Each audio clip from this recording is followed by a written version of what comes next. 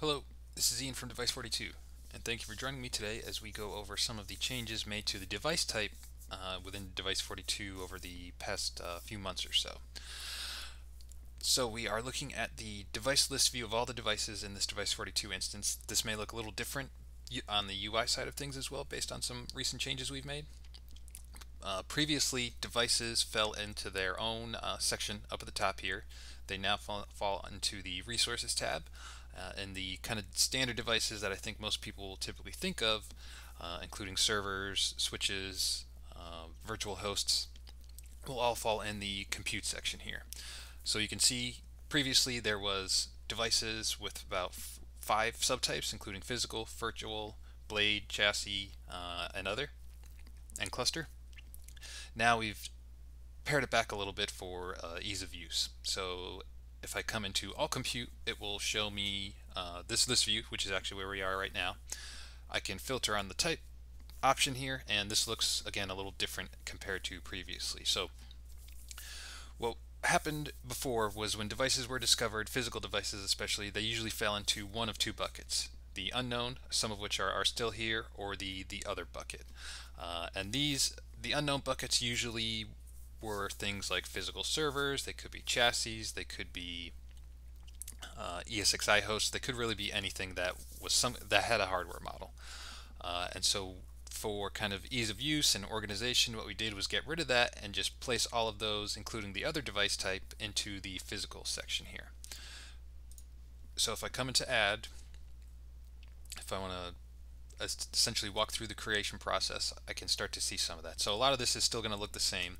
If I click on type here though, I see the changes have been, or the options have been changed to basically what was in that filtering option on the right hand side there, minus the unknown option. So previously there was unknown and then physical, and then you can further define it from there. Other, unknown, and physical are all in the physical bucket. When things are first discovered, they're going to be receiving the generic physical subtype, which means they won't be rackable. But from there, you can pick a specific physical subtype. So if it's a PDU, if it's a server, and these are some things that can all be created as well, right? So if it's a storage device, if you want to get really granular and start, specifying exactly what this device type is or does, you can do that. I can define new physical subtypes as well, give it a name, and then select the objects that you want to be able to associate it with. So is it something that's just going to sit in like a storage room mainly? Is it something that could be moved into a rack or sitting on the building level? This can be defined here. From there I can select other options.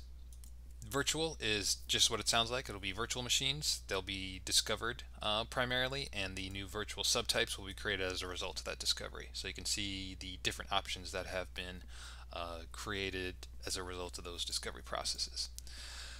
The last option here is the cluster device. This is more of a logical representation of a group of devices. So if you want to group together servers into a cluster, you can do that manually. They can be discovered in cluster formations via Nutanix, ESXi, Hyper-V, and SQL as well. Now, for more information on some of the changes that we made to the device type, you can come to device42.com/blog and look specifically for the version 16.19 blog post. And this will give you additional details on the device subtype enhancements that were made. If you do have any questions about device types, please reach out to support@device42.com and we'll be happy to help you. And thank you for joining me today.